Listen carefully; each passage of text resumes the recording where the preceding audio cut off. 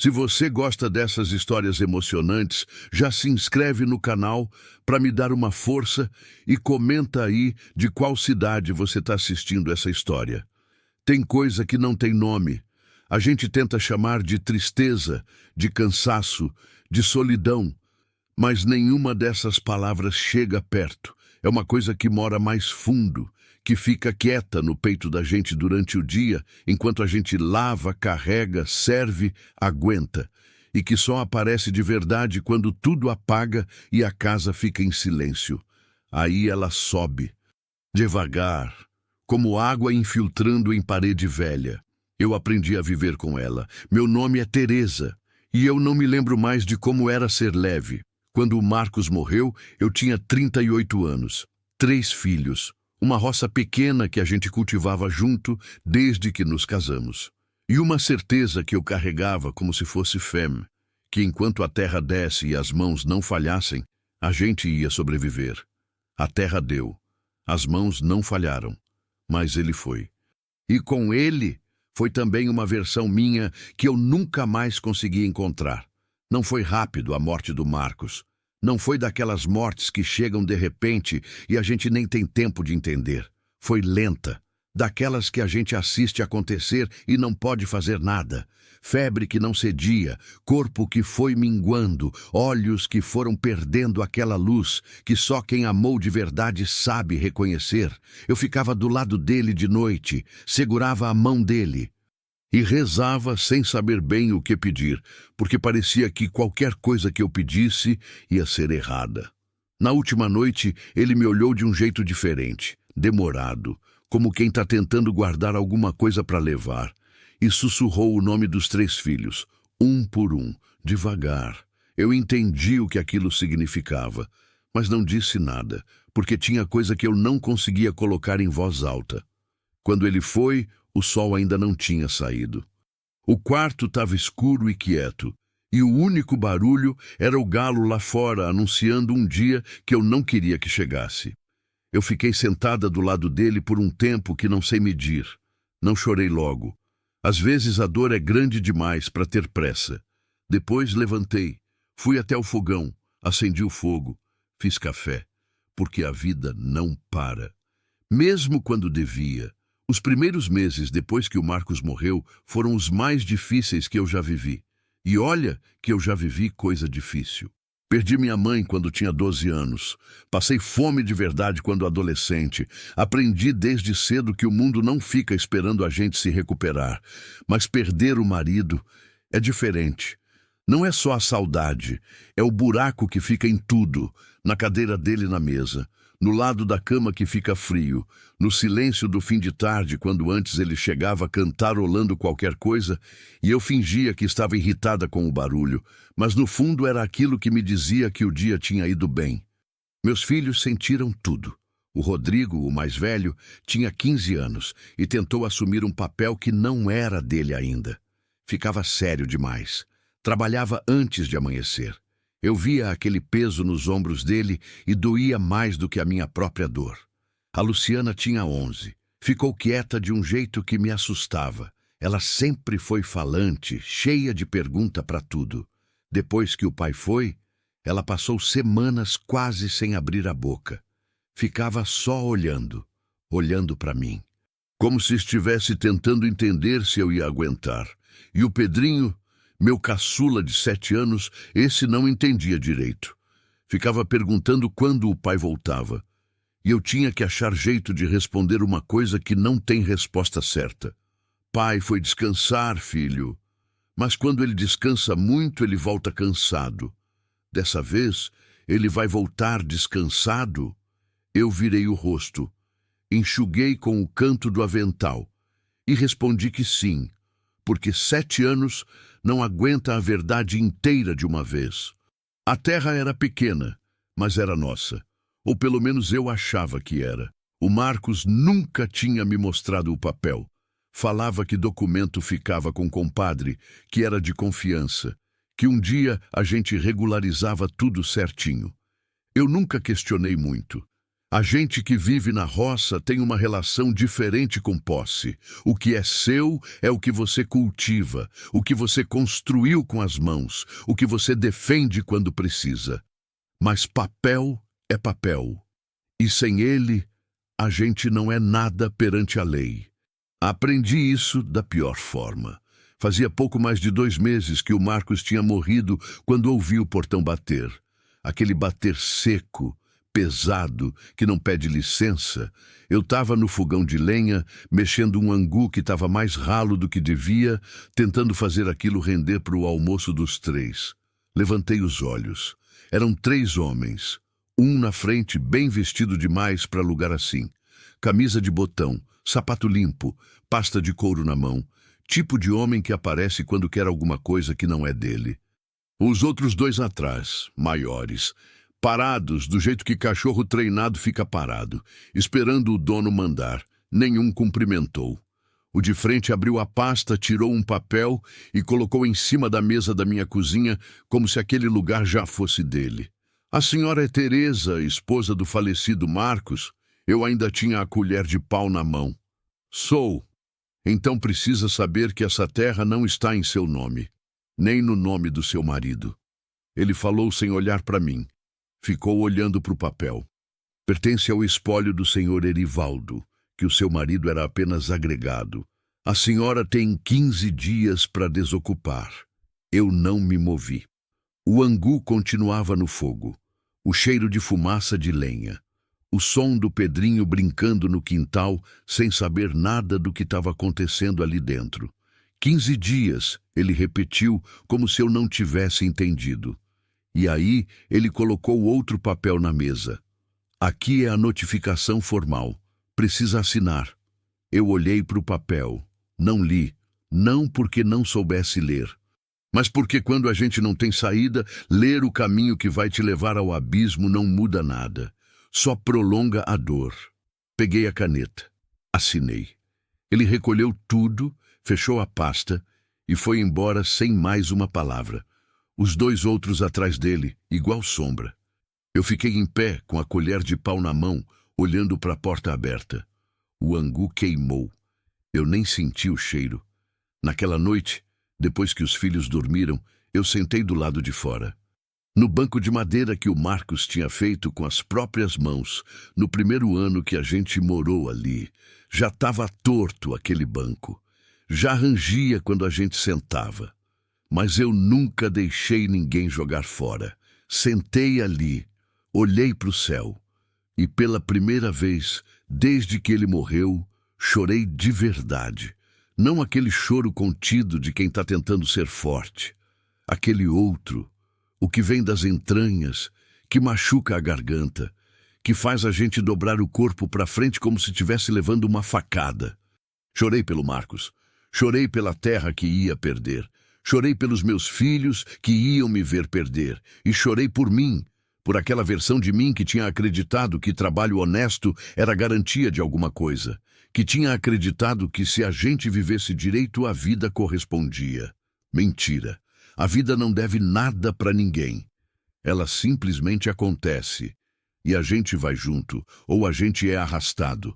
Quando o choro foi embora, ficou aquela calma estranha que vem depois da tempestade. Não calma boa.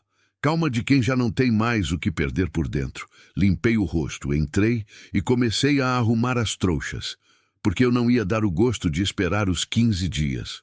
Não ia deixar aqueles homens me verem sendo empurrada para fora. Se eu ia sair, eu saía andando de cabeça erguida com os meus filhos do meu lado. Na manhã seguinte, acordei os 3 antes do sol. Rodrigo entendeu sem eu precisar explicar. Luciana ficou pálida, mas não perguntou nada. Pedrinho olhou em volta, olhou para mim e perguntou: "Mãe, a gente vai voltar para casa depois?" Eu prendi o choro atrás dos dentes. "A gente vai ficar bem", eu disse. E saímos. Uma trouxa de roupa cada um. A panela de ferro que tinha sido da minha mãe. E a foto do Marcos, que ficava pendurada na parede da sala. Isso foi tudo que eu levei. Isso foi tudo que era realmente meu. A estrada de terra naquela manhã parecia mais longa do que nunca. O sol ainda não esquentava de verdade, mas a poeira já levantava com o vento, grudava na pele, entrava na boca. Meus filhos andavam em silêncio. Ninguém reclamou. Ninguém pediu colo. Ninguém disse que estava com fome, mesmo eu sabendo que estava.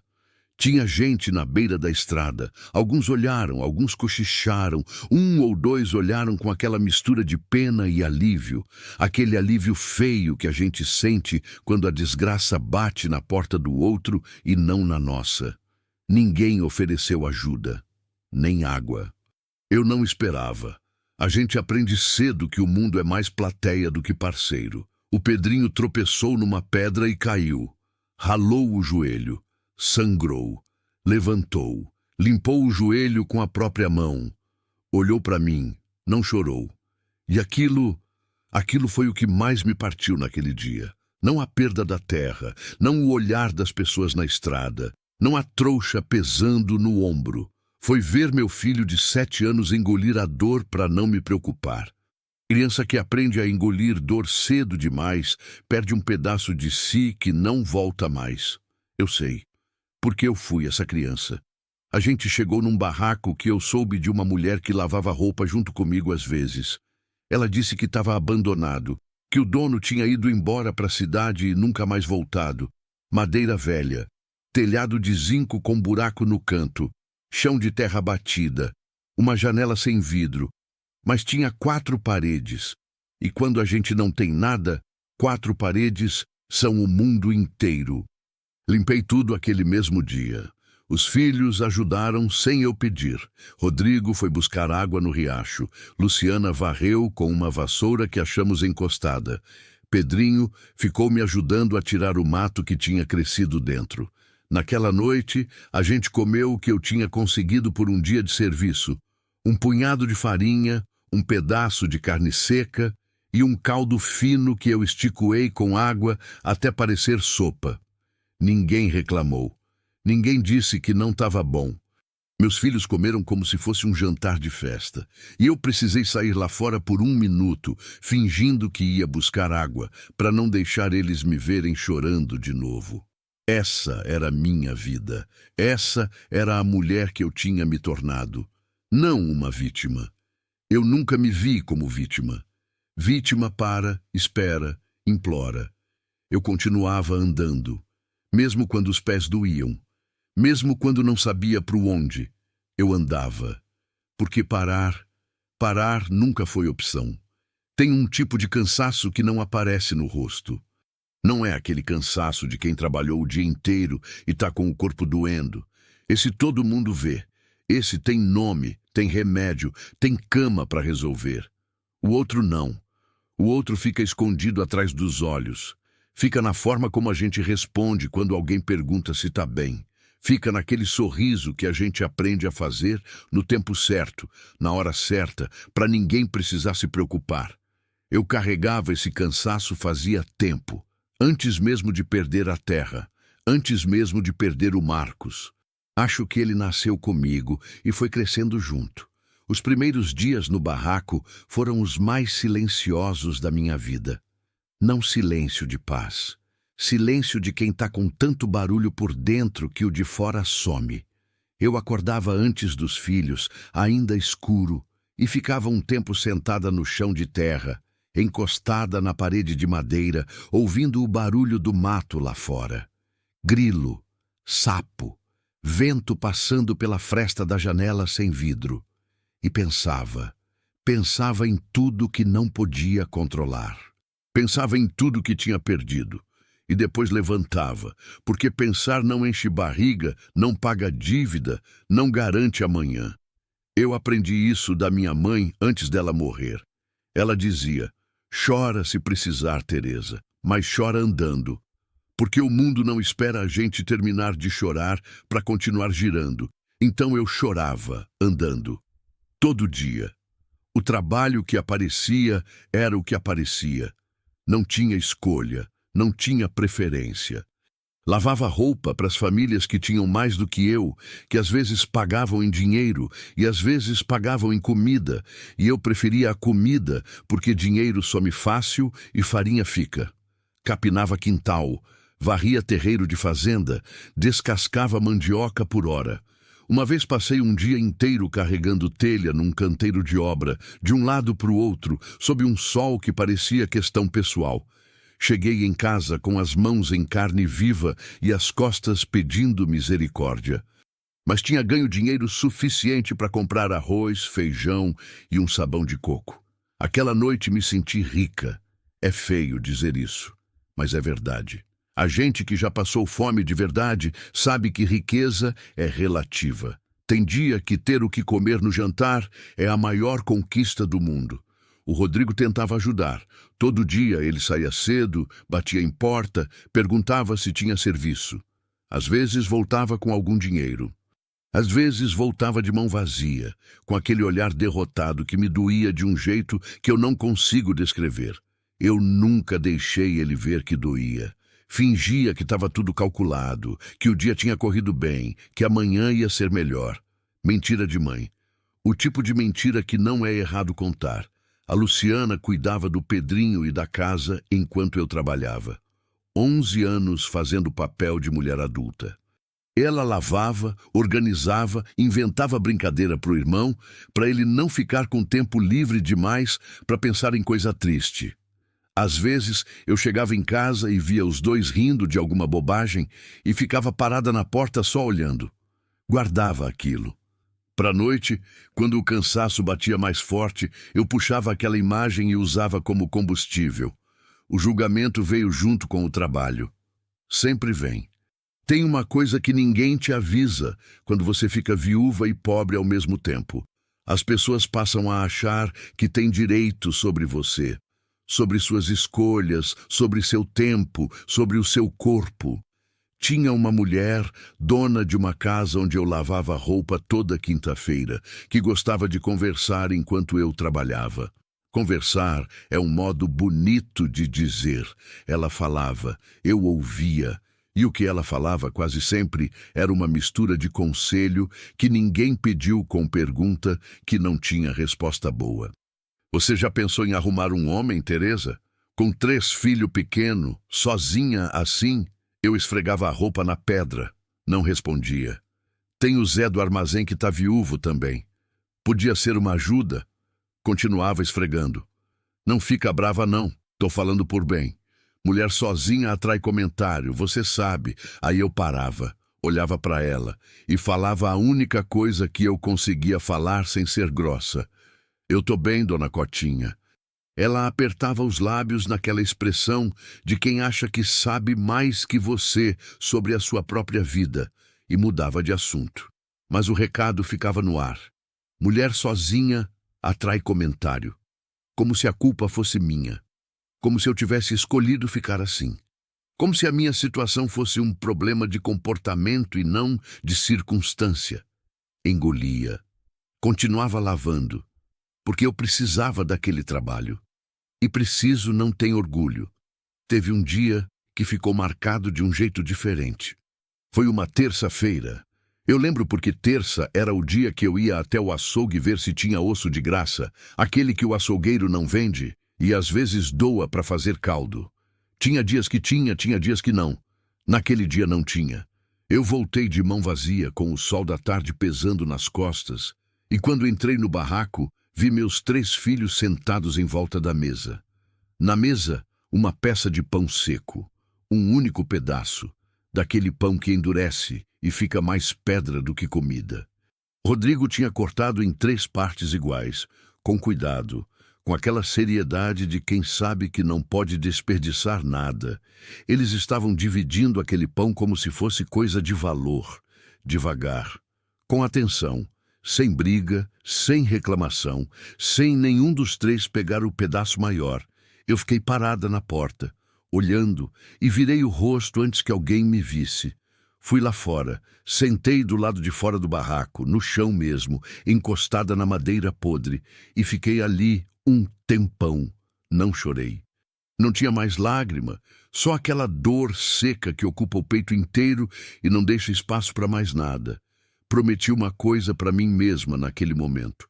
Não sei bem para que ou para quem fiz aquela promessa. Não foi para Deus, não foi para o Marcos, foi para mim para aquela mulher sentada no chão de terra, com os joelhos dobrados e os olhos secos. Prometi que aquilo era o fundo, que a partir dali, por menor que fosse, qualquer passo ia ser para cima. Não sabia como, não sabia quando. Mas fiz aquela promessa como se fosse tudo que eu tinha, porque era. A noite daquele dia foi longa. Depois que os filhos dormiram, eu fiquei acordada ouvindo o vento passando pelo telhado furado. Quando chovia, a gente colocava a panela embaixo do buraco para não alagar o chão. Naquela noite não choveu, mas o vento fazia um barulho que parecia que sim. Fiquei pensando no Marcos. Tinha uma coisa que ele sempre dizia quando a vida apertava. Dizia com aquela voz calma dele, sem drama, como quem está observando o tempo: Teresa, rio que encontra pedra no meio, não para, desvia, mas não para. Eu nunca gostei muito dessa frase. Achava que era simples demais para coisas grandes, que comparar a vida da gente com o rio era jeito de não enfrentar o que precisava ser enfrentado. Mas naquela noite, deitada no chão, escutando o vento, entendi o que ele queria dizer. Não era sobre ignorar o problema. Era sobre não deixar o problema ser maior que a sua vontade de continuar. Pedra não para rio. Pode mudar o caminho, mas não para. Fechei os olhos e pela primeira vez em semanas consegui dormir de verdade. Foi uns 3 dias depois daquela noite que ele apareceu. Eu estava do lado de fora do barraco, lavando umas roupas numa bacia de plástico rachada, com o sol já forte de manhã. Pedrinho estava brincando com um pedaço de pau que ele tinha transformado em cavalo imaginário, fazendo barulho de galope com a boca. Luciana estava dentro, arrumando alguma coisa. Rodrigo tinha saído cedo. Eu lavava sem pensar em nada de específico. Aquele estado de piloto automático que a gente entra quando o corpo já aprendeu o movimento e a cabeça vai para outro lugar. Foi o Pedrinho que falou primeiro. Mãe, tem um homem. Eu levantei os olhos devagar. Tinha um homem. Vinha pela estrada de terra montado num cavalo claro, quase branco, com aquele jeito de quem conhece cada palmo do chão que está pisando. Não era galope, era trote firme, seguro. O tipo de andar que não tem pressa porque não precisa ter. Eu enxuguei as mãos no avental. Fiquei em pé. Tem coisa que o corpo reconhece antes da cabeça. Não sei se era medo, não sei se era alguma outra coisa. Mas alguma coisa mudou no ar quando aquele homem chegou mais perto. Ele parou na frente do barraco. Desceu do cavalo sem pressa, amarrou o bicho num mourão e me olhou. Não era o olhar de quem chega com má intenção. Mas também não era o olhar de quem chega à toa. Era um olhar que tinha peso, que tinha história dentro. Ele tirou o chapéu. Você é Teresa, viúva do Marcos? Meu coração fez alguma coisa estranha no peito. Sou, eu respondi. Quem quer saber? Ele ficou 1 segundo em silêncio. Olhou para o barraco. Olhou para o Pedrinho que tinha parado de brincar e ficado me olhando. Olhou de volta para mim. Meu nome é Antônio, ele disse, e eu vim porque prometi que viria. Eu franzi a testa. Prometeu para quem? Ele colocou o chapéu de volta devagar. Para o seu marido. O mundo parou por 1 segundo. O vento parou. O barulho do mato parou. Até o Pedrinho parou. Eu segurei o ar. E olhei para aquele homem tentando entender o que acabava de ser dito. Você conhecia o Marcos? Conhecia, ele confirmou. Com aquela calma que começava a me irritar e ao mesmo tempo me segurar no lugar. E antes de morrer, ele me fez prometer uma coisa. Demorei mais do que devia para cumprir, mas estou aqui. Eu devia ter mandado ele embora. Devia ter desconfiado mais, perguntado mais, colocado distância entre aquele desconhecido e os meus filhos. E eu desconfiei. Eu desconfiei muito. Mas tinha uma palavra que ele tinha dito que ficou pregada no meu peito como espinho. Prometeu. O Marcos tinha prometido coisas. Para mim, para os filhos, para a terra. Ele era homem de palavra. E se tinha pedido promessa a alguém antes de partir, era porque sabia que eu ia precisar. Eu nunca fui de confiar fácil. Não é defeito de caráter, é aprendizado. A vida vai ensinando isso aos poucos, em doses pequenas, que a gente mal percebe, até o dia que olha para trás e vê que construiu uma parede sem perceber que estava construindo. Cada decepção vira um tijolo, cada traição uma camada de cimento. E um dia a gente acorda e a parede está alta demais para qualquer coisa passar pelo alto. Eu estava assim quando Antônio chegou, com a parede alta, e ele pedindo passagem. Eu não convidei ele para entrar. Fiquei parada do lado de fora, com as mãos ainda úmidas da roupa que estava lavando, olhando para aquele homem como quem olha para algo que ainda não sabe se é ameaça ou não. Ele não pareceu se incomodar. Ficou em pé do lado do cavalo, com o chapéu na mão, esperando. Como se tivesse o dia todo. Como se não tivesse mais nenhum lugar no mundo para estar além daquele. Fala, eu disse. Curto, sem enfeite. Ele assentiu devagar. Eu tenho uma fazenda. Começou assim, direto, sem rodeio. Fica a umas 2 horas daqui. Terra boa, tem água, tem estrutura. Mas tá parada faz tempo. O gado tá largado, a casa tá fechada. E eu não tenho condição de tocar aquilo sozinho por conta de um problema de saúde que me tirou do serviço pesado. Eu escutei sem piscar. O que você quer de mim? Quero uma família que more lá, que cuide, que faça a terra voltar a produzir. Ele me olhou. Seu marido falou de você. Disse que você entendia de roça, que não tinha medo de trabalho e que se precisasse ia aguentar qualquer coisa pelos filhos. Aquilo me pegou no lugar certo, porque era verdade. E porque ouvir aquilo na voz de um estranho, saber que o Marcos tinha dito aquilo sobre mim para alguém, foi como receber uma mensagem de lugar nenhum. Mas eu não deixei aparecer no rosto. Em troca do quê? A colheita a gente divide, metade para mim, metade para vocês. A casa é para morar sem pagar nada. E o gado, conforme for crescendo o rebanho, a gente acerta proporcional. Eu fiquei em silêncio, calculando. Não o número, a intenção. Porque proposta boa demais, quase sempre tem alguma coisa embaixo que não aparece logo. Por que você não contratou alguém? Por que não colocou um caseiro normal? Ele torceu o chapéu nas mãos. Porque caseiro normal cuida do que é obrigação e larga o resto. Eu preciso de alguém que cuide como se fosse dele e gente que já perdeu o que é seu. Fez uma pausa. Cuida diferente. Aquilo ficou no ar entre nós dois. Eu olhei para o Pedrinho que tinha chegado devagar e estava encostado na minha perna, me olhando de baixo para cima com aqueles olhos grandes que sempre me lembravam o pai. Olhei para o barraco atrás de mim. Madeira podre, telhado furado, chão de terra. Olhei de volta para Antônio. Você tem papel, contrato escrito? Ele abriu um sorriso pequeno. Não de deboche, de respeito. Tenho. Mandei fazer antes de vir. Eu vou ler tudo. Pode ler. Se tiver alguma coisa que não me agradar, eu não assino. Justo. Meus filhos vão comigo, os 3. E eu não fico em lugar nenhum onde não me sinta segura. Ele me olhou direto nos olhos. Entendido.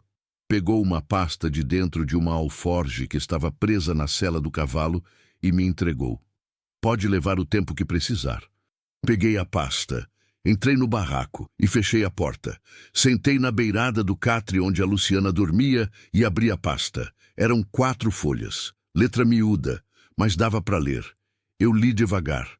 Li 2 vezes. Procurei armadilha. Procurei palavra torta, cláusula escondida, aquele tipo de coisa que parece bonito na frente e te prende por trás. Não achei. O contrato dizia exatamente o que ele tinha falado. Moradia gratuita na casa-sede da fazenda. Divisão de 50% da produção. Participação proporcional no crescimento do rebanho. Prazo de 2 anos. Renovável. Rescisão possível das 2 partes com aviso de 30 dias. Simples. Claro. Sem letra miúda maliciosa. Isso me deixou ainda mais desconfiada. Porque coisa boa demais sempre me deixou desconfiada. Fiquei olhando para o papel por um tempo. Depois levantei, fui até a janela sem vidro e olhei para o homem lá fora. Ele tinha ficado parado onde eu tinha deixado. Não andou em volta. Não ficou espiando. Só ficou ali, quieto, encostado no cavalo, esperando. Tem gente que a gente sente o que é antes de saber o que é. Não sei explicar melhor do que isso. Eu senti que aquele homem não era ameaça, mas sentimento não é certeza. E eu precisava de mais do que sentimento para colocar meus filhos numa situação nova. Chamei o Rodrigo. Ele veio da parte dos fundos, onde tinha ido buscar água. Quando viu a pasta na minha mão, franziu a testa. O que é isso? Expliquei. Rápido, sem drama. Do jeito que eu sempre explicava as coisas para ele, com respeito, como se ele fosse adulto, porque de certa forma já era. Ele ficou em silêncio enquanto eu falava. Quando terminei, pediu a pasta. Leu. Mais rápido que eu, mas com atenção. Você confia nele? Ele perguntou. Não sei, mas você está pensando em aceitar. Estou pensando em tudo. Ele devolveu a pasta. Ficou um tempo olhando para o chão de terra batida. Mãe, ele levantou os olhos. A gente não pode continuar aqui. O Pedrinho está ficando pálido. A Luciana não reclama, mas eu vejo ela de noite. Não está dormindo direito. Eu sabia. Eu via tudo. Eu sei, eu disse. Se ele estiver mentindo, a gente vai embora. Igual a gente foi antes. A gente já sabe fazer isso. Aquilo caiu fundo. Meu filho de 15 anos me lembrando que a gente já tinha sobrevivido ao pior. Então, sobreviveria de novo se precisasse. Enchi o pulmão. Saí do barraco. Antônio continuava no mesmo lugar. Tem uma coisa que não está no papel, eu disse. Ele esperou. Eu preciso saber como você conheceu o Marcos. Preciso saber o que ele falou. Preciso saber tudo. Não agora, não de uma vez. Mas preciso saber. Ele assentiu. Você vai saber. E se eu descobrir que tem mentira em qualquer parte disso, eu pego meus filhos e vou embora sem olhar para trás. Se você descobrir que tem mentira, você vai ter razão de ir.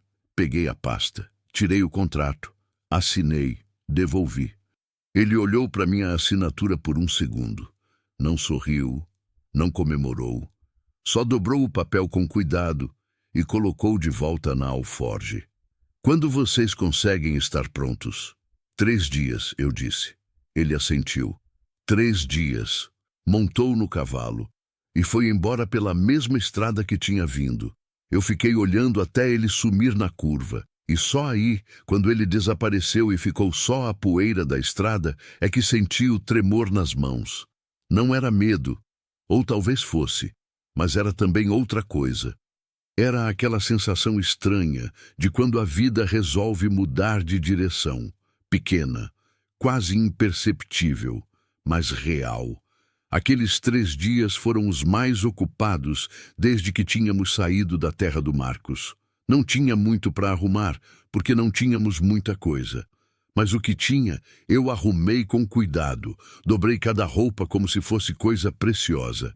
Enrolei a foto do Marcos num pano limpo para não amassar. Lavei a panela de ferro da minha mãe até tirar qualquer resto de fuligem. A Luciana me ajudou em silêncio. Ela era assim, a minha menina. Comunicava mais pelo que fazia do que pelo que falava. Ficou do meu lado o tempo todo, pegando o que eu terminava, organizando, dobrado e guardando. Só uma vez ela parou e me perguntou: Mãe, esse homem é bom? Eu parei o que estava fazendo, olhei para ela e fui honesta, porque ela merecia honestidade. Eu não sei ainda, Lu, mas a gente vai descobrir juntos. Ela ficou pensando por um segundo. Tá bom, ela disse. E voltou a dobrar roupa. 11 anos e uma maturidade que me enchia de orgulho e de culpa ao mesmo tempo. No 3º dia, antes do sol nascer, eu acordei mais cedo do que todo mundo. Saí do barraco, fui até o lado de fora, olhei para aquela estrutura de madeira velha que tinha nos abrigado. Não era bonita, não era confortável, mas tinha nos protegido quando precisávamos de proteção. Tinha sido o que tinha. E o que tem, mesmo quando é pouco, merece algum respeito. Fiquei ali um tempo. Não rezei. Não sou muito de rezar com palavras, mas fiz alguma coisa parecida por dentro. Agradeci ao lugar. Avisei que estávamos indo. Pedi que o próximo que precisasse encontrasse abrigo também. Bobagem de gente supersticiosa, talvez, mas me fez bem. Quando o caminhão chegou naquela manhã, enviado por Antônio, eu estava pronta, os filhos estavam prontos. A panela, as roupas, a foto do Marcos. Subimos, e quando o caminhão começou a andar, eu olhei pela janela traseira para o barraco que ia ficando para trás. Desta vez, eu consegui olhar, porque tinha uma diferença entre aquela partida e a anterior.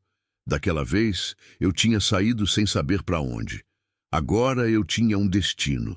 Não sabia o que ia encontrar, mas sabia o rumo. E isso, para quem já andou sem nenhum dos dois, é uma diferença enorme. A viagem durou mais do que as 2 horas que Antônio tinha dito.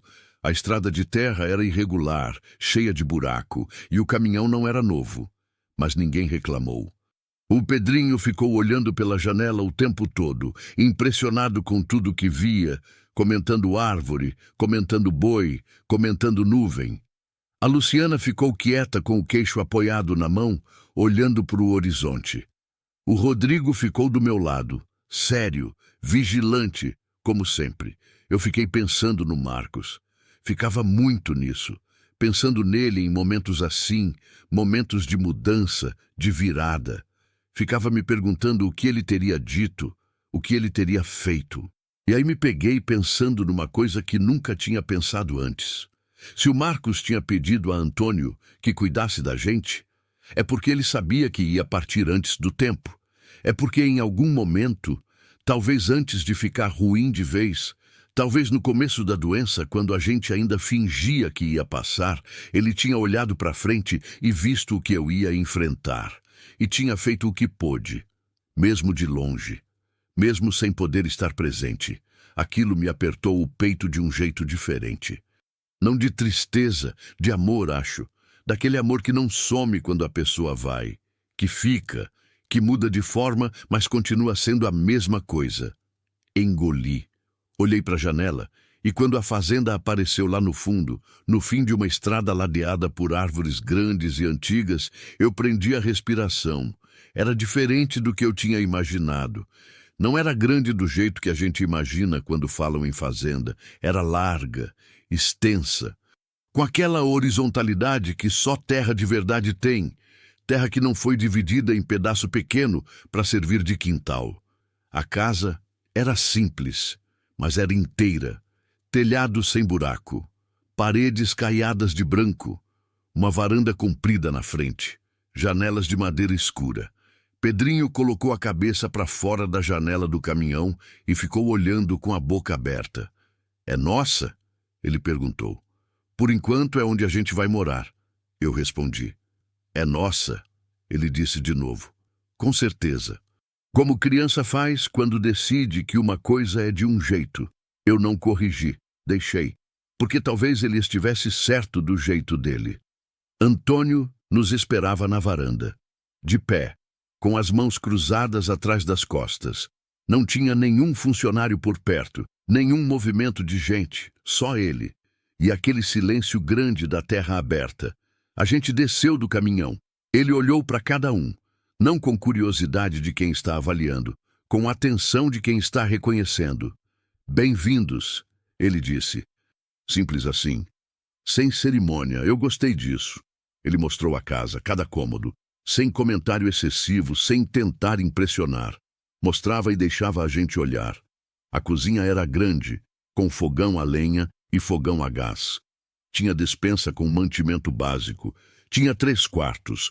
Tinha um banheiro com água encanada, coisa que o Pedrinho ficou testando a torneira 5 vezes seguidas, com cara de incredulidade. Quando terminou o tour, ele parou na varanda.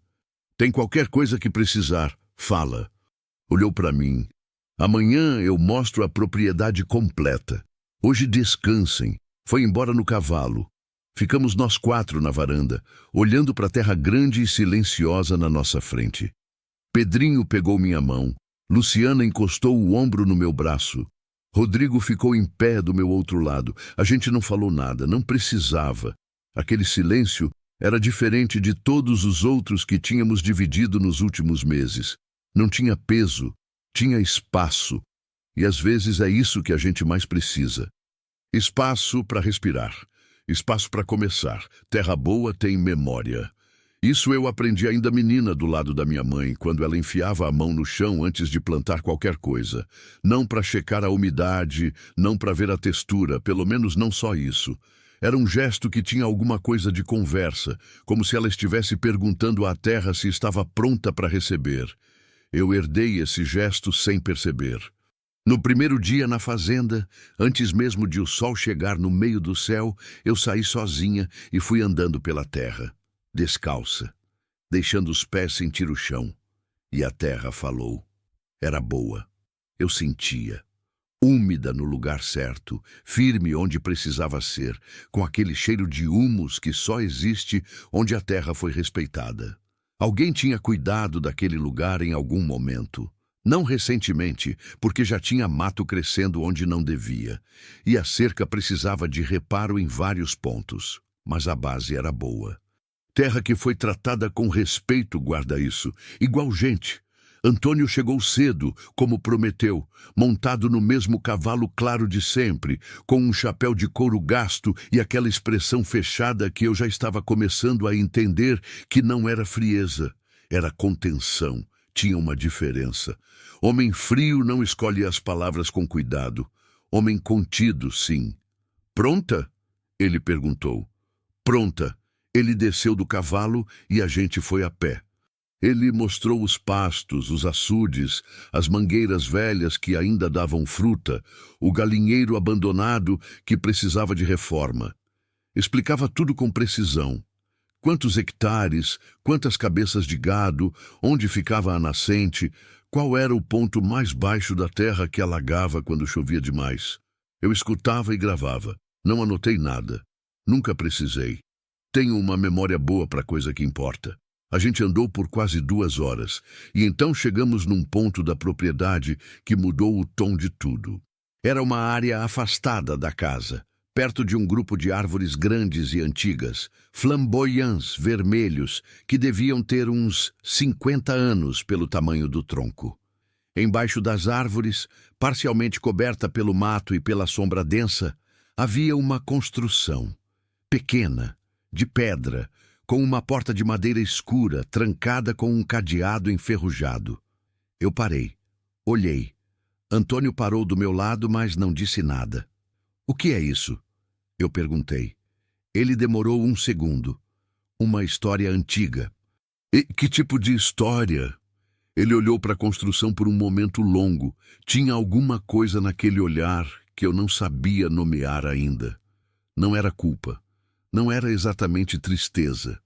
Era aquele tipo de peso que a gente carrega quando alguma coisa do passado não foi resolvida e continua existindo no presente como uma pedra no meio do caminho. Essa terra pertenceu a 3 famílias antes de chegar em mim, ele disse. Cada uma deixou alguma coisa. Essa construção é da 2ª família. Eles usavam para guardar documento, para reunião de negócio. Pausa. Depois de tudo que aconteceu com eles, ninguém mais abriu. "O que aconteceu com eles?" Ele me olhou. "Isso é uma conversa para outra hora, Teresa." Não era recusa, era adiamento. E eu aprendi a distinguir os dois em homem que fala pouco. Aceitei, mas não esqueci. Porque terra que tem segredo escondido embaixo das árvores velhas, cedo ou tarde, deixa esse segredo vir à tona. Sempre deixa. Nos primeiros dias, eu trabalhei mais do que meu corpo pedia. Não por obrigação, por necessidade de me sentir útil, de sentir que aquele lugar estava correspondendo ao esforço. Tem um tipo de ansiedade que só se resolve com trabalho físico, com ver o resultado concreto das mãos, com sentir o músculo cansando de algo que valeu. Comecei pelo galinheiro, limpei, consertei a tela, fiz o ninho novo com palha. Antônio providenciou as galinhas.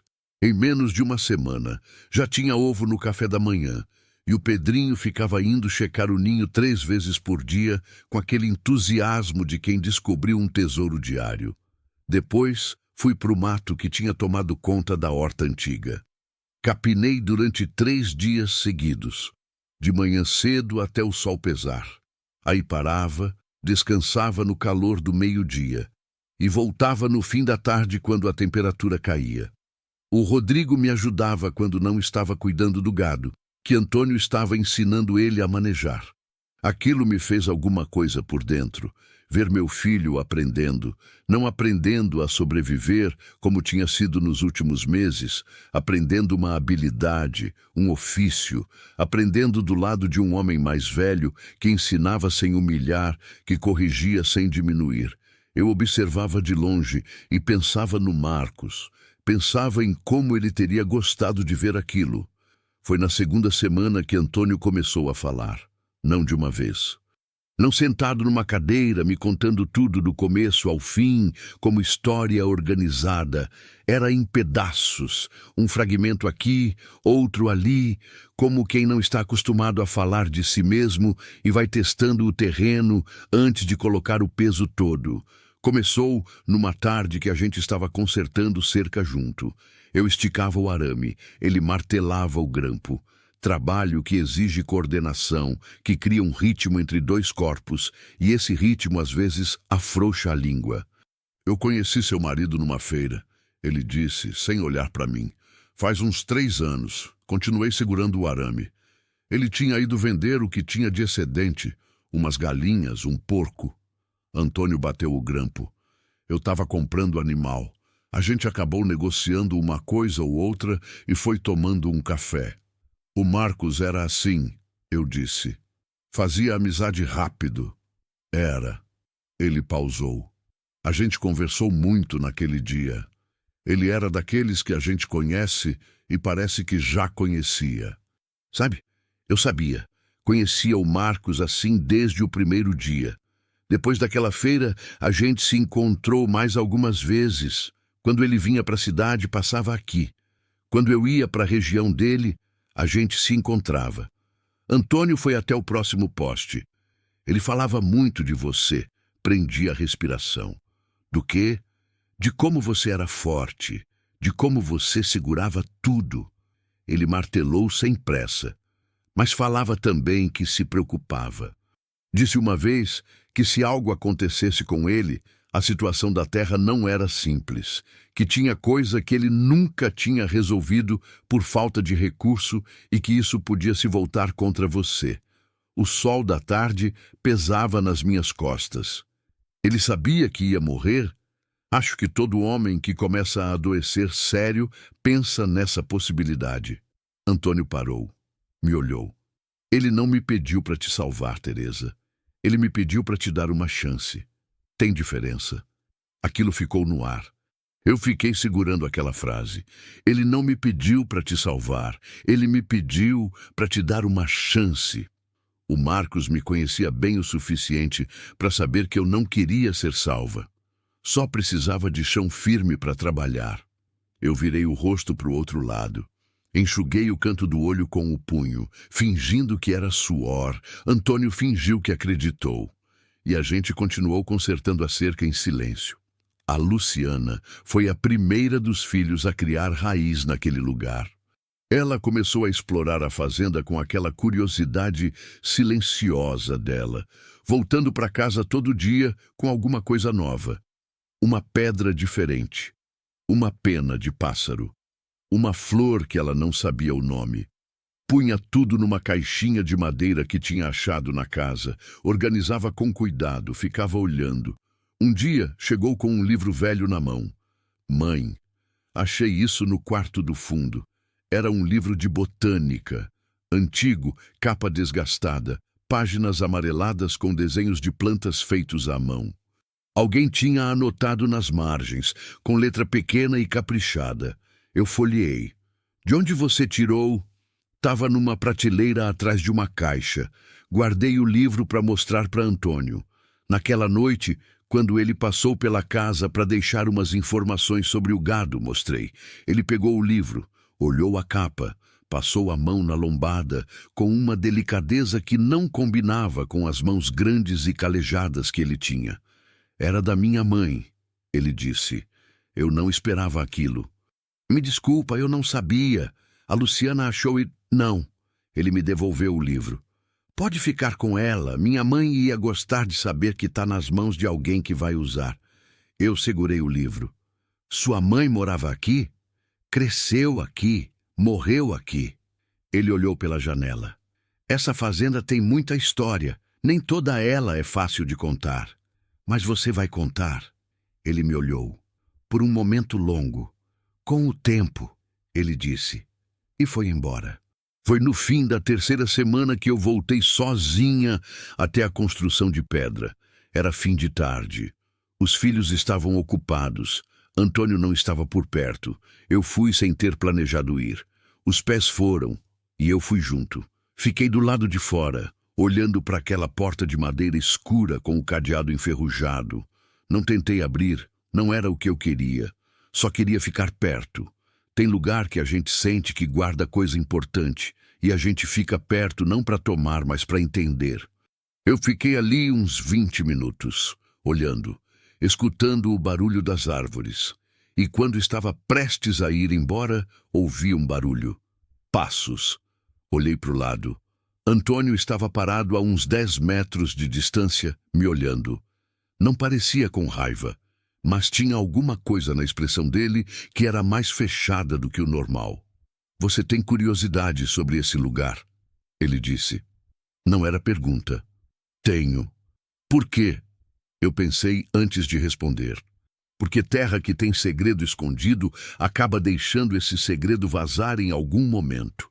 E eu prefiro saber o que tem aqui antes que me pegue de surpresa. Ele ficou me olhando por um tempo.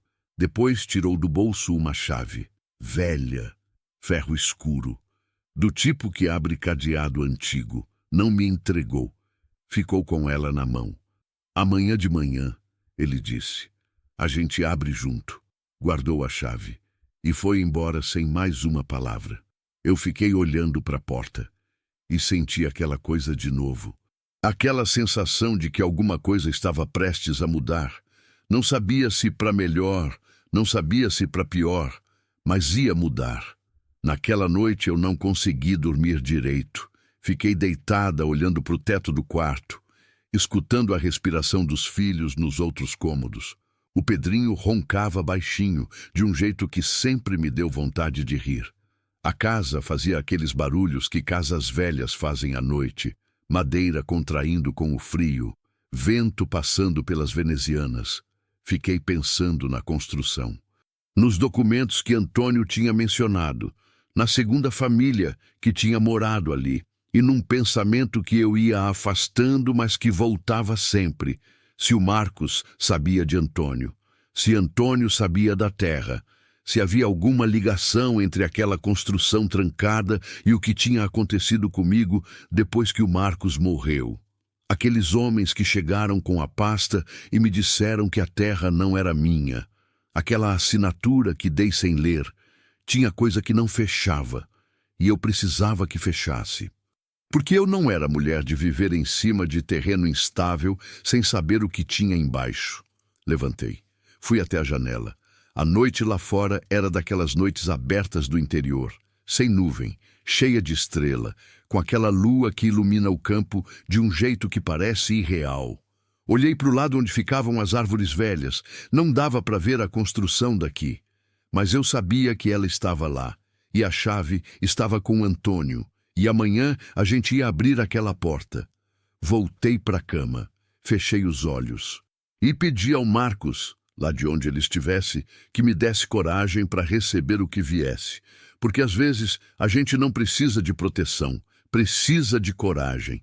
E coragem a gente pede emprestado quando o próprio não está sendo suficiente. Tem momento na vida da gente que o tempo parece mudar de velocidade. Não acelera.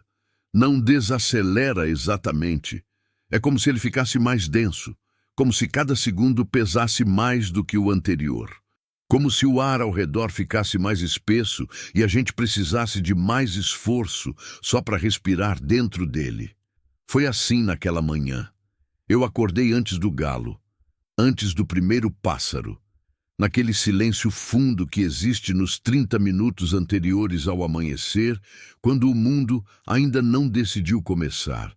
Me vesti no escuro, fui até a cozinha, Acendi o fogão a lenha e fiz café.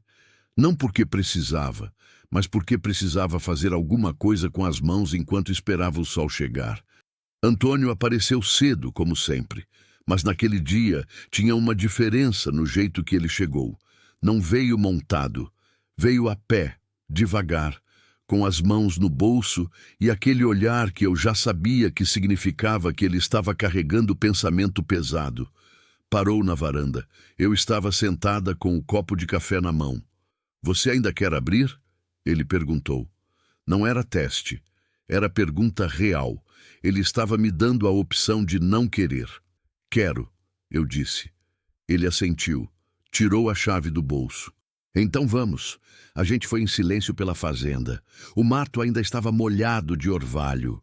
Os pés encharcavam na grama baixa. O sol estava subindo devagar atrás das árvores, pintando o céu daquele laranja que dura pouco e que eu sempre achei o mais honesto de todos os tons, porque não tenta durar mais do que pode. Quando chegamos debaixo dos flamboyantes, a construção de pedra estava igual, quieta, fechada, esperando. Antônio colocou a chave no cadeado.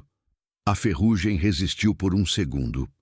Ele forçou com cuidado, sem violência, e o cadeado abriu com um estalo seco que soou mais alto do que devia naquele silêncio da manhã. Ele retirou o cadeado. Ficou com a mão na maçaneta da porta por um momento. Me olhou. "O que você vai ver aqui dentro não é simples, Teresa. Já passei por coisa não simples antes." Ele quase sorriu. Abriu a porta. O cheiro que saiu foi de tempo. Não de mofo, não de podre. De tempo mesmo.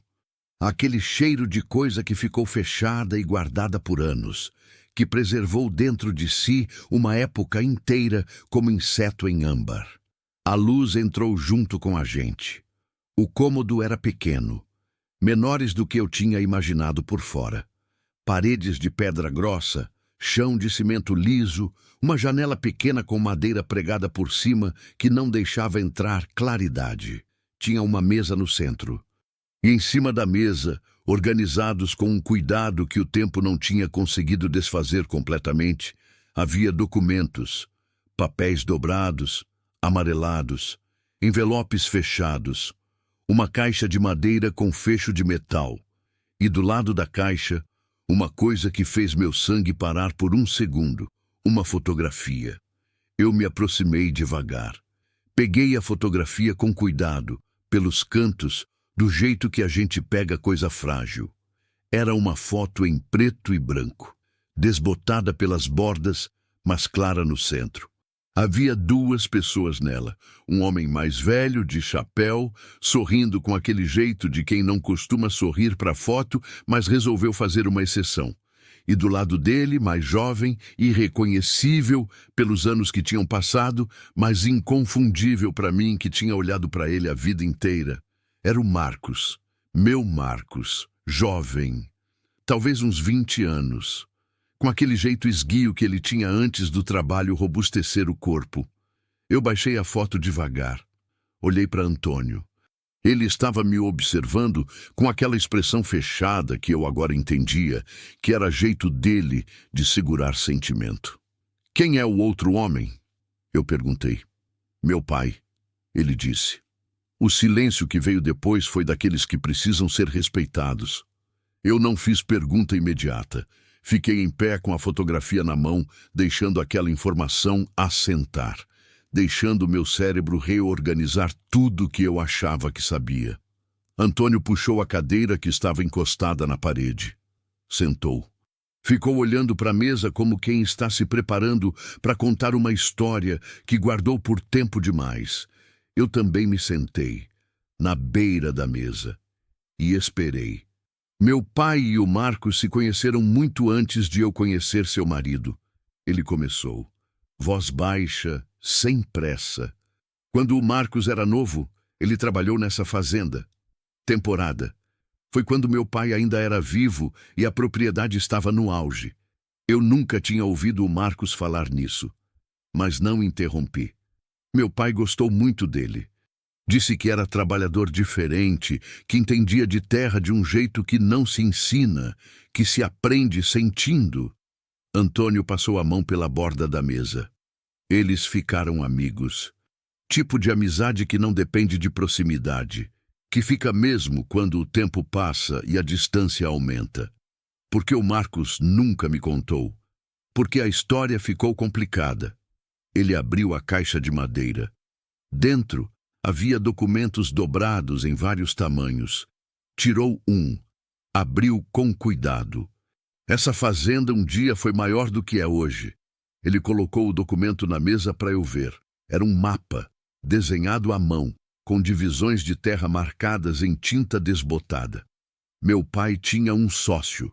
Um homem que entrou com dinheiro quando a fazenda estava passando por dificuldade. Pausa. Esse sócio, com o tempo, foi tomando mais do que era dele. Usando documento, usando advogado, usando gente. Do jeito que gente que tem recurso usa quando quer tomar o que não é seu. Algo frio passou pela minha espinha. Como se chama esse homem? Antônio me olhou. O pai dos que foram até sua casa te expulsar da terra. O mundo girou por um segundo. Eu coloquei a mão na mesa para me segurar. Não de fraqueza, de raiva.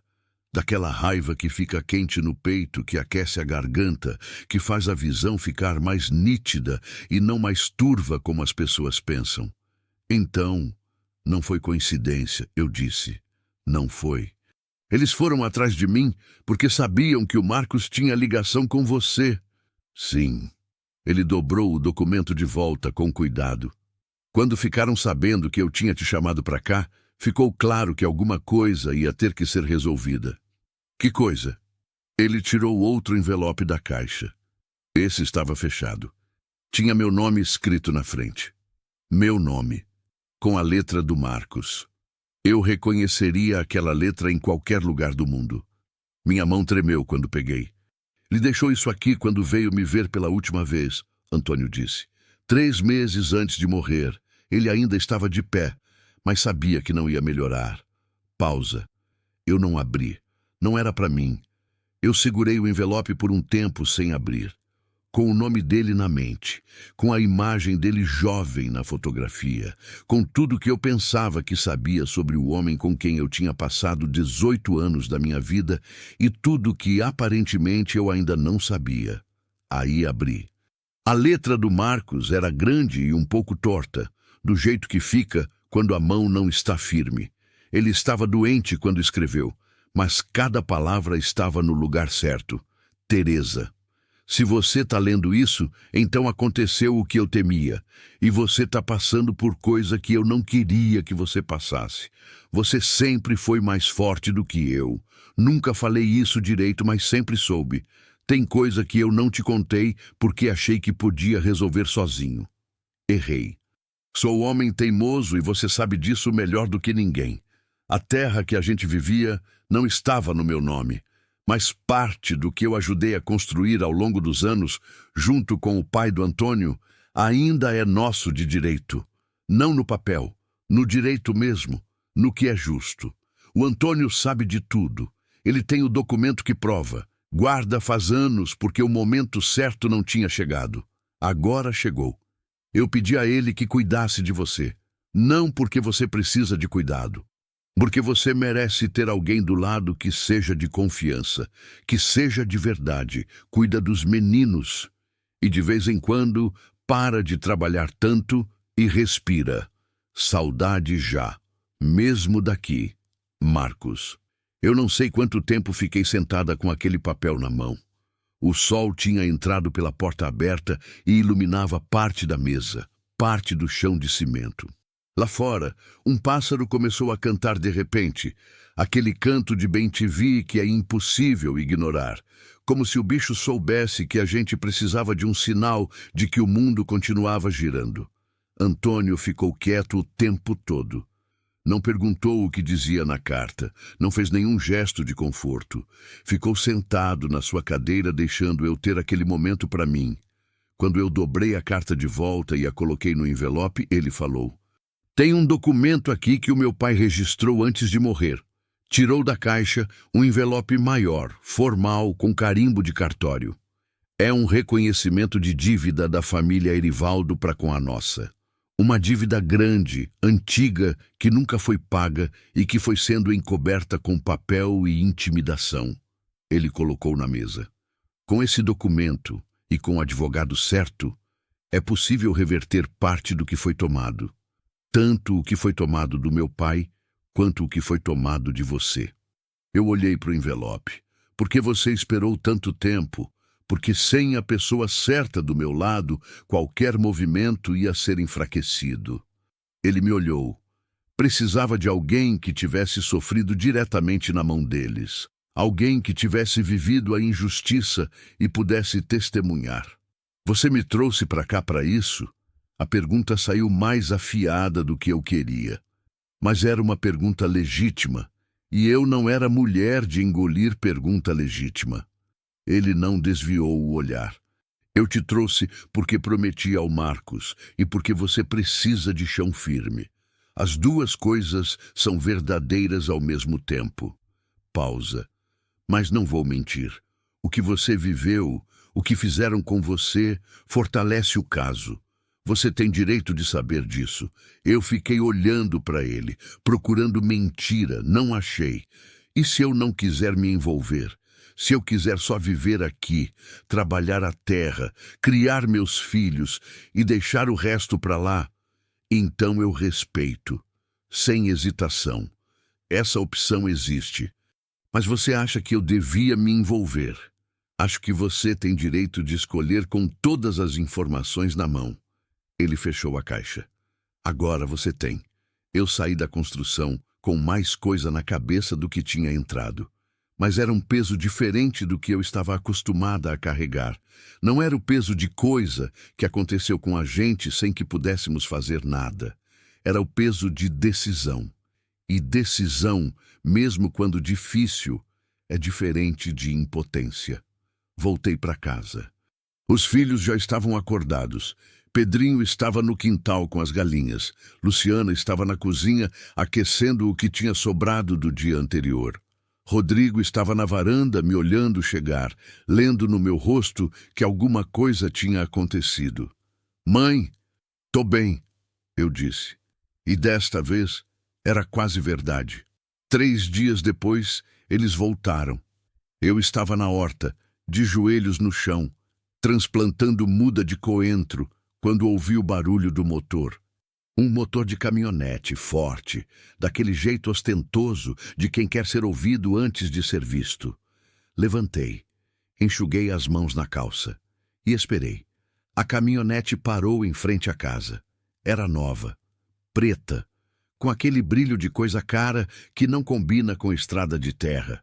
Desceram 3 homens. O da frente eu reconheci. Não o rosto, não exatamente, mas o tipo. O mesmo tipo do que tinha ido me expulsar da terra do Marcos. Bem vestido demais para o lugar. Pasta na mão. 2 maiores atrás. Padrão.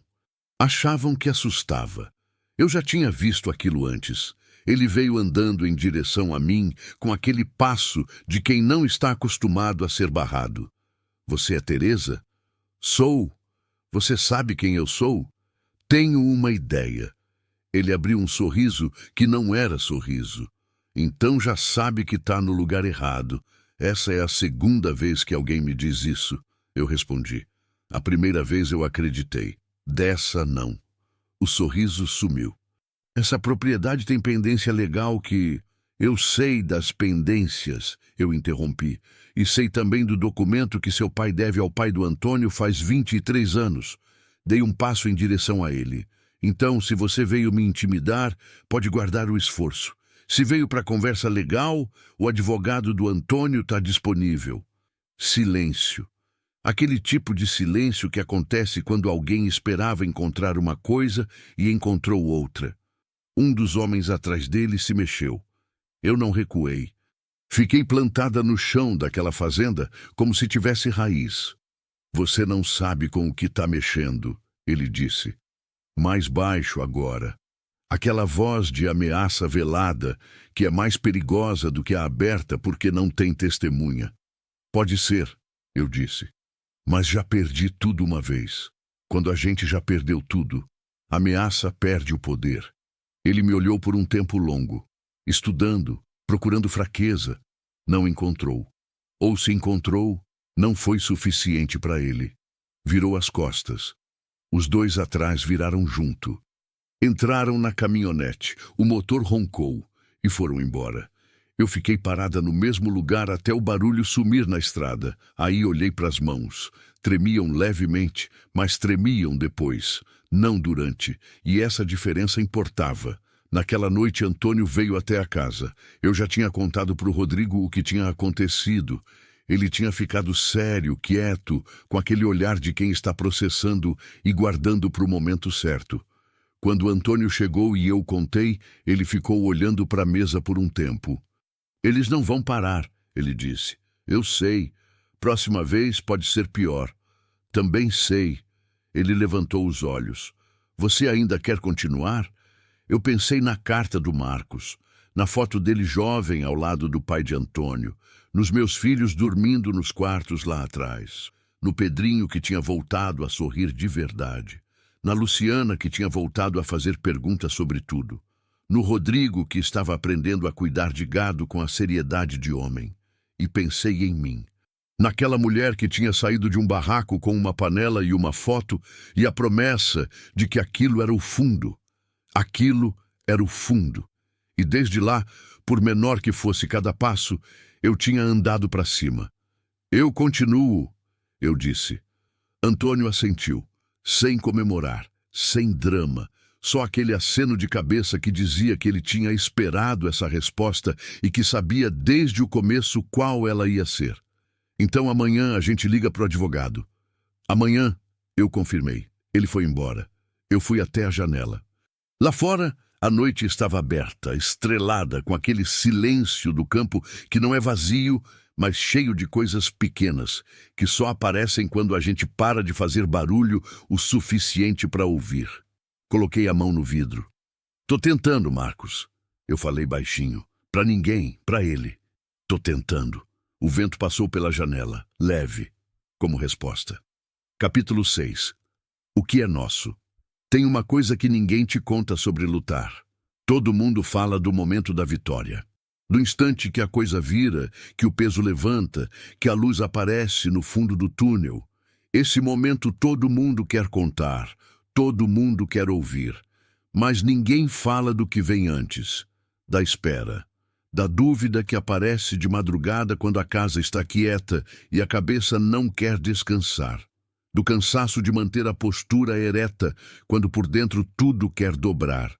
Da solidão específica de quem está no meio de uma batalha que ninguém ao redor entende completamente. Isso ninguém romantiza. Mas é isso que forma a gente. Não a vitória, o caminho até ela. O advogado se chamava Doutor Renato, homem miúdo de óculos finos, que falava rápido e gesticulava, enquanto falava como se as mãos ajudassem as palavras a chegarem mais longe. Quando Antônio me levou até o escritório dele na cidade, na primeira semana depois que os homens da caminhonete preta tinham aparecido, eu entrei desconfiada, como sempre entro em lugar novo. Mas ele me recebeu de um jeito diferente do que eu esperava. Não me tratou como coitada. Não me tratou como caso. Me tratou como parte interessada. Como alguém que tinha informação relevante e precisava ser ouvida com atenção. Isso fez diferença. Contei tudo, desde o começo. Desde os homens que chegaram na minha cozinha com a pasta de couro até a caminhonete preta que tinha parado na frente da fazenda. Falei sem emoção excessiva, sem drama. Só os fatos na ordem que aconteceram. Ele anotou tudo. Quando terminei, ele tirou os óculos, limpou com a barra da camisa, colocou de volta. Dona Teresa, ele disse, o que fizeram com a senhora é o que eu chamo de expropriação por intimidação. Não tem base legal sólida nenhuma. A assinatura que a senhora deu foi obtida sob coação emocional, sem assistência jurídica e provavelmente sem a senhora entender o que estava assinando. Pausa. Isso é anulável. Eu olhei para ele. Quanto tempo vai levar? A verdade? Sempre. Ele suspirou. Pode levar meses, pode levar mais. Justiça no Brasil não tem pressa. Mas ele colocou o dedo na mesa, com o documento do pai do seu Antônio, que estabelece a dívida histórica. E com o seu testemunho, a gente tem argumento, argumento real. E as ameaças? Registra tudo. Data, hora, o que foi dito, quem estava presente. Tudo vira prova. Antônio, que tinha ficado quieto do lado, falou então. O filho do Erivaldo não vai ficar parado enquanto a gente movimenta processo. Não vai, o advogado concordou, mas a gente também não vai ficar. Os meses que se seguiram foram os mais estranhos que eu já vivi. Por fora, a vida na fazenda continuava igual. Eu acordava cedo, cuidava da horta que já estava dando resultado farto, com tomate, coentro, cebolinha, maxixe, quiabo. Cuidava das galinhas, ajudava com o gado nos dias que precisava de mão extra. Cozinhava, lavava, consertava o que quebrava, a vida ordinária. Mas por baixo de tudo isso, havia uma corrente constante de tensão que eu aprendi a não deixar aparecer na superfície, porque meus filhos estavam vendo, sempre estão. Criança capta a energia do ambiente como esponja capta água. Não precisa dizer nada. Eles sentem. E eu não queria que eles sentissem medo. Queria que sentissem que a mãe estava com a situação na mão, mesmo quando não estava completamente. A arte da maternidade é essa: fingir firmeza até a firmeza virar real. A segunda visita deles foi diferente da primeira. Não veio caminhonete preta dessa vez. Veio uma carta, formal, com cabeçalho de escritório de advocacia, cheia de linguagem jurídica que eu não entendia completamente, mas que o tom deixava claro. Ameaça de processo, alegação de invasão de propriedade, pedido de reintegração de posse. Eu li 3 vezes, dobrei, liguei para o Dr. Renato, ele leu, suspendeu a respiração por um segundo e depois falou numa voz que era quase entusiasmada. Isso é ótimo. Como é que a ameaça de reintegração de posse é ótimo? Porque significa que eles estão com medo. Gente que tem certeza do que é seu não precisa ameaçar. Ameaça é sinal de fraqueza disfarçada de força. Pausa. Pode mandar a carta para mim. A gente responde na semana que vem. Eu olhei para a carta na minha mão. Doutor Renato, fala a verdade. A gente vai ganhar isso? Silêncio de 2 segundos. A gente tem argumento forte. Eu acredito no caso. Mas justiça tem variável que nenhum advogado controla completamente. Pausa mais longa. O que eu posso te garantir é que vou dar o máximo. Não era a resposta que eu queria, mas era a resposta honesta. E eu sempre preferi honestidade a conforto falso. Tá bom, eu disse. Manda a resposta. Numa noite de quarta-feira, sem nenhum aviso, Antônio bateu na porta depois do jantar. Eu estranhei o horário. Ele não costumava vir à noite sem razão. Abri a porta. Ele estava com o chapéu na mão, o que sempre significava que a conversa era séria. Posso entrar? Pode. Sentamos na mesa da cozinha. Os filhos já estavam se preparando para dormir. Eu chamei o Rodrigo e pedi que ficasse, porque aprendi que ele precisava ouvir as coisas junto comigo. Já era a hora. Antônio colocou o chapéu em cima da mesa. Tive uma conversa hoje com um homem que trabalha para as fazendas do Erivaldo Filho. Ele falou devagar. Homem que eu conheço faz tempo. Que me deve favor antigo. Eu esperava.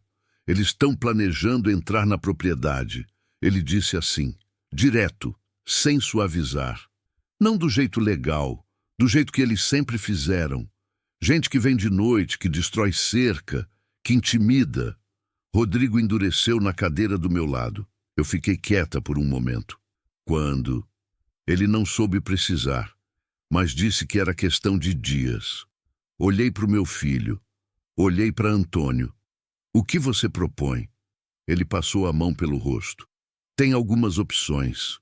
A gente pode acionar a polícia preventivamente, que pode adiantar ou não, dependendo de quem atende. Pausa. Ou a gente pode fazer diferente. Diferente como? Tem vizinho nessa região que passou pela mesma coisa que a gente está passando agora, que já perdeu terra para essa família, que tem razão de estar do nosso lado. Ele me olhou. Se a gente chegar neles antes que os homens do Erivaldo cheguem aqui, a gente não fica sozinho nessa. Era mais do que eu esperava ouvir. Você já fez contato? Não, queria sua decisão primeiro. Eu levantei. Fui até a janela. A noite lá fora estava fechada, sem lua, com aquelas nuvens espessas que prenunciam chuva. Pensei em tudo, no processo que estava andando, nas provas que tínhamos, no doutor Renato, na carta do Marcos, na foto antiga, no cadeado enferrujado que tinha guardado verdade por anos. E pensei nos meus filhos, no Pedrinho que dormia agora sem pesadelo pela primeira vez em muito tempo. Na Luciana, que tinha começado a plantar coisa na horta com o livro de botânica da mãe de Antônio do lado, consultando como se fosse manual sagrado. No Rodrigo do meu lado naquele momento, 15 anos e uma seriedade que me enchia de orgulho e de dor ao mesmo tempo. Eles tinham encontrado lugar. Eu não ia deixar ninguém tirar isso de novo. Faz contato com os vizinhos, eu disse. Amanhã cedo. Antônio assentiu. Sem comentário, sem elogio. Só aquele aceno que eu aprendi a reconhecer como o modo dele de dizer que estava junto. O que aconteceu nos dias seguintes foi uma coisa que eu nunca esperaria ver na minha vida. Antônio foi de propriedade em propriedade. Conversou com 6 famílias da região que tinham história com a família Erivaldo. Histórias parecidas com a minha. Histórias parecidas com a do pai de Antônio. Gente que tinha perdido pedaço de terra, gente que tinha sido pressionada, gente que tinha assinado o papel que não devia ter assinado porque não tinha escolha, gente que estava esperando, sem saber que estava esperando, um motivo para se juntar. Eles vieram. Não de uma vez, foram chegando ao longo de 2 dias, alguns a cavalo, alguns de caminhonete velha, alguns a pé, homens e mulheres de meia idade, alguns mais velhos, 1 ou 2 mais novos. Rostos marcados pelo sol e pelo trabalho e por esse tipo específico de cansaço que a gente tem quando carregou injustiça por tempo demais. Eu recebi cada um na varanda, ofereci café, ofereci o que tinha e escutei cada história, porque antes de falar a gente precisa ouvir. Na terceira noite, a gente estava reunido na sala grande da casa, que nunca tinha sido usada para isso, mas que cabia todo mundo se apertasse um pouco. Antônio falou sobre o documento. O doutor Renato veio de propósito para explicar o que era possível legalmente, e cada pessoa na sala contribuiu com o que tinha. Depoimento, prova, testemunha. Quando aquela reunião terminou e as pessoas foram indo embora de volta para suas propriedades, eu fiquei na varanda olhando elas ir. Antônio ficou do meu lado. Você fez isso, ele disse. Fizemos, eu corrigi. Não, ele sacudiu a cabeça. Eu trouxe o documento. Renato trouxe o argumento. Mas você é o motivo que eles vieram. Ele me olhou. Uma mulher sozinha que não recuou. Isso é o que trouxe eles até aqui. Eu não soube o que responder, então não respondi nada. Só fiquei olhando a última caminhonete desaparecer na estrada de terra. Eles tentaram. Na madrugada de uma sexta-feira, umas 2 da manhã, eu acordei com barulho de motor e de gente. Levantei antes mesmo de estar completamente acordada, com aquele instinto de quem passou tempo demais em alerta. Acordei o Rodrigo. Disse para ficar com os irmãos dentro de casa e não sair. Fui até a varanda. Já tinha gente lá. Não era só Antônio. Era também 3 dos vizinhos que tinham ficado mais perto, que Antônio tinha avisado para ficarem em stand-by aquela semana. Estavam em pé, na frente da propriedade com lanterna, com aquela presença silenciosa que diz mais do que qualquer palavra. Do outro lado da cerca, tinha um caminhão parado com o motor ligado e homens descendo, quando viram que não eram só eu e Antônio. Quando viram quantos eram do nosso lado. O caminhão parou, os homens pararam. Houve uma conversa em voz baixa entre eles que eu não ouvi completamente, e então o caminhão deu marcha ré. E foi embora. Simples assim, porque gente que vem para intimidar não está preparada para encontrar resistência organizada. Está preparada para encontrar uma pessoa sozinha, ou uma família sozinha, ou um velho sem força. Não estava preparada para encontrar comunidade. Quando o barulho do caminhão sumiu na noite, um dos vizinhos, um homem de uns 60 anos, chamado Seu Benedito, virou para mim e disse: "Boa noite, Teresa", como se fosse a coisa mais normal do mundo. Eu ri, de verdade. Aquela risada que a gente não planeja, que sobe do peito sozinha, que chega sem pedir licença. "Boa noite, Seu Benedito."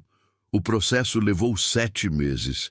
7 meses de audiência, de documento, de espera, de mais documento, de mais espera. 7 meses de manter a vida funcionando enquanto a batalha legal andava no seu próprio tempo, que não é o tempo da gente. Eu plantei e colhi. Criei galinha. Cuidei do gado. Ensinei a Luciana a reconhecer erva pelo cheiro. Ensinei o Pedrinho a plantar feijão e a ter paciência para esperar ele nascer. Vi o Rodrigo se tornar, aos poucos, o homem que eu sabia que ele ia ser.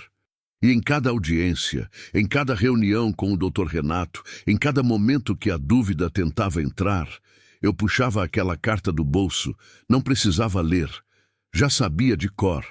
Mas o ato de tocar o papel, de sentir a dobra gasta de tanto ser aberta e fechada, já era suficiente.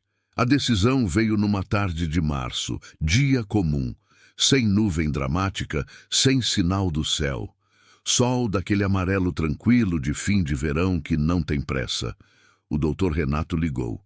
Eu estava na horta. Atendi com a mão ainda suja de terra. Ele falou, eu escutei, e quando ele terminou, eu fiquei em silêncio por um momento com o telefone na mão, olhando para o chão da horta. Para o tomate que estava maduro, para o coentro que precisava ser colhido, para o feijão que o Pedrinho tinha plantado e que tinha nascido vigoroso e verde e cheio de promessa. "Teresa", a voz do Dr. Renato no telefone. "Entendeu o que eu falei?" "Entendi", eu disse. A decisão foi favorável. A anulação da assinatura foi aceita. E a dívida histórica foi reconhecida. Pausa. Vocês ganharam 2 palavras, tão simples, tão impossíveis de caber no peito de uma vez. "Obrigada, doutor", eu disse. Desliguei. Fiquei de joelhos na horta por um momento. Não para rezar, porque as pernas não aguentaram. E então chorei. Aquele choro de novo, o das entranhas, o que machuca a garganta, mas diferente de todos os outros que tinham vindo antes. Diferente do choro da perda, do choro do cansaço, do choro da impotência. Era choro de chegada, de quem andou longe demais e finalmente reconhece o chão debaixo dos pés como seu. Antônio soube antes que eu fosse até lhe contar. Acho que alguém ligou. Acho que o Dr. Renato avisou. Não sei. Só sei que quando eu saí da horta e fui andando em direção à casa, ele estava na varanda, de pé, com o chapéu na mão, me olhando vir. Quando cheguei perto o suficiente, ele disse: "Seu marido sabia o que estava fazendo quando pediu para eu vir." Eu parei. Olhei para ele. "Sabia", eu concordei. Ficamos em silêncio por um momento. Não era silêncio desconfortável. Era daquele silêncio que existe entre pessoas que passaram por coisas sérias juntas e não precisam de palavra para confirmar isso. "Antônio", eu disse. "Sim, obrigada." Ele assentiu. Uma vez. E foi embora. Naquela noite eu fiz um jantar que não cabia na panela. Chamei os vizinhos que tinham ficado do nosso lado. Chamei o seu Benedito e a família dele. Chamei quem pôde vir. A mesa foi para a varanda. A varanda foi para o quintal. O quintal foi para a noite aberta de março, com suas estrelas todas. Tinha frango que eu tinha criado. Tinha arroz e feijão que a roça tinha dado. Tinha mandioca frita e farinha e tudo que a terra tinha produzido com o trabalho das nossas mãos. Pedrinho ficou correndo entre as mesas com uma energia que me lembrou como ele era antes.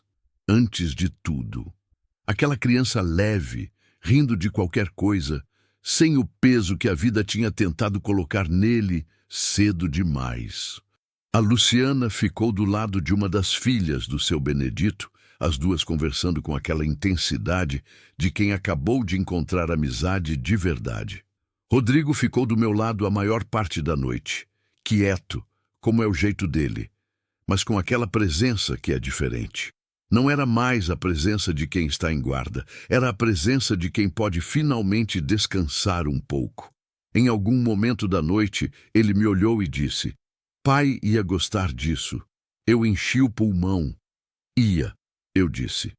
Ia muito. Mais tarde, quando a festa foi arrefecendo e as pessoas foram indo embora aos poucos e a noite foi ficando mais quieta, eu fui até o fundo do quintal, perto das árvores. Olhei para o céu. Não tinha lua grande, mas tinha estrela de sobra.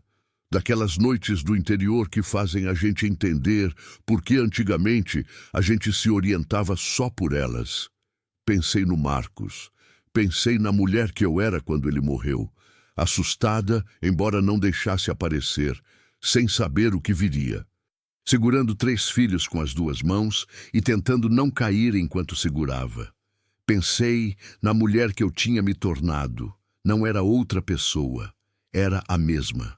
Mas diferente da mesma forma que rio que passou por pedra é diferente do que era antes. A água é a mesma, mas ela sabe agora onde tem pedra. Ela carrega o mapa do obstáculo dentro dela. Consegui, eu falei para o céu, sem cerimônia, sem discurso. Só aquelas 2 palavras que cabiam tudo dentro. O vento passou. As folhas das árvores fizeram aquele barulho que às vezes parece resposta, e eu fiquei ali por um tempo, sozinha e não me sentindo sozinha, até o Pedrinho me achar no escuro e pegar minha mão sem dizer nada. Só ficou do meu lado, do jeito que criança faz quando sente que a mãe precisa de companhia, mas não de conversa. Eu segurei aquela mão pequena e ficamos os 2 olhando para o céu. Hoje eu acordo cedo. Isso não mudou. Acho que nunca vai mudar. Tenho um relógio interno que foi configurado pela necessidade e que sobreviveu à necessidade. Mas a diferença é o que eu sinto quando abro os olhos. Antes era aquele peso imediato. Aquela lista de preocupação que começa antes mesmo do sol. Aquele cálculo constante de quanto tinha, quanto faltava, quanto tempo até o próximo problema. Agora é diferente. Agora tem um segundo, só um, mas existe, em que eu abro os olhos e só escuto o barulho da fazenda acordando. O galo, o vento na árvore. O Pedrinho já fazendo barulho em algum canto antes mesmo de qualquer adulto estar pronto para o dia. E nesse segundo eu penso: é meu, não no sentido de posse egoísta, no sentido de pertencimento. Eu pertenço a esse lugar, e esse lugar me pertence. Não vou fingir que tudo ficou perfeito, porque não ficou. Vida não tem esse jeito. Vida não resolve um problema e para de ter problema. Ela segue com novos desafios, nova coisa que quebra, nova conta que aperta, nova noite que não tem sono. A diferença é a base. Quando a base é firme, o vento que vem não derruba. Pode balançar, pode assustar, pode fazer barulho, mas não derruba. E foi isso que mudou. Não que os problemas acabaram, é que eu tenho chão agora. Chão de verdade, chão que é meu. Uma tarde, já faz alguns meses, a Luciana veio me mostrar uma coisa na horta. Ela tinha plantado uma muda de uma planta que ela tinha achado no livro da mãe do Antônio. Uma erva medicinal que a família antiga cultivava e que tinha sumido da região. Ela tinha pesquisado, tinha encontrado semente com uma mulher velha de uma cidade próxima. Tinha cultivado com paciência de quem entende que coisa boa não tem pressa. A muda estava crescendo, verde, firme, com aquela qualidade de coisa que veio para ficar. Ela me olhou com aquele brilho no olho que é a cara do pai dela. Deu, mãe. Eu ajoelhei do lado dela. Toquei a folha com a ponta do dedo. Deu. E senti aquela coisa que eu achei por um longo tempo que tinha perdido para sempre. Esperança. Não a esperança ingênua de quem nunca sofreu e acha que tudo vai ficar bem sem esforço. A outra. A esperança difícil. A esperança de quem conheceu o fundo e mesmo assim apostou no amanhã. A esperança que não é sentimento, é decisão. Que não nasce fácil, mas que quando nasce, não morre fácil também. Essa. Se você chegou até aqui, você já entendeu o que eu queria te contar. Não era só a história de uma mulher que perdeu tudo e recuperou.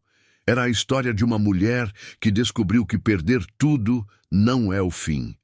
É, às vezes, o começo de entender o que realmente era seu. Eu não era dona da terra do Marcos, não era dona do barraco de madeira podre, mas eu era dona da minha coragem, do meu trabalho, da minha capacidade de olhar para o fundo e não ficar lá. Isso ninguém me tomou, nem nos dias que tentaram. E hoje a terra é minha também, no papel, no direito, na realidade. Mas mais do que isso, é minha no único jeito que sempre importou de verdade, no suor das mãos, no alimento que ela dá, nos filhos que crescem em cima dela, na raiz que a gente finalmente colocou fundo o suficiente para aguentar tempestade.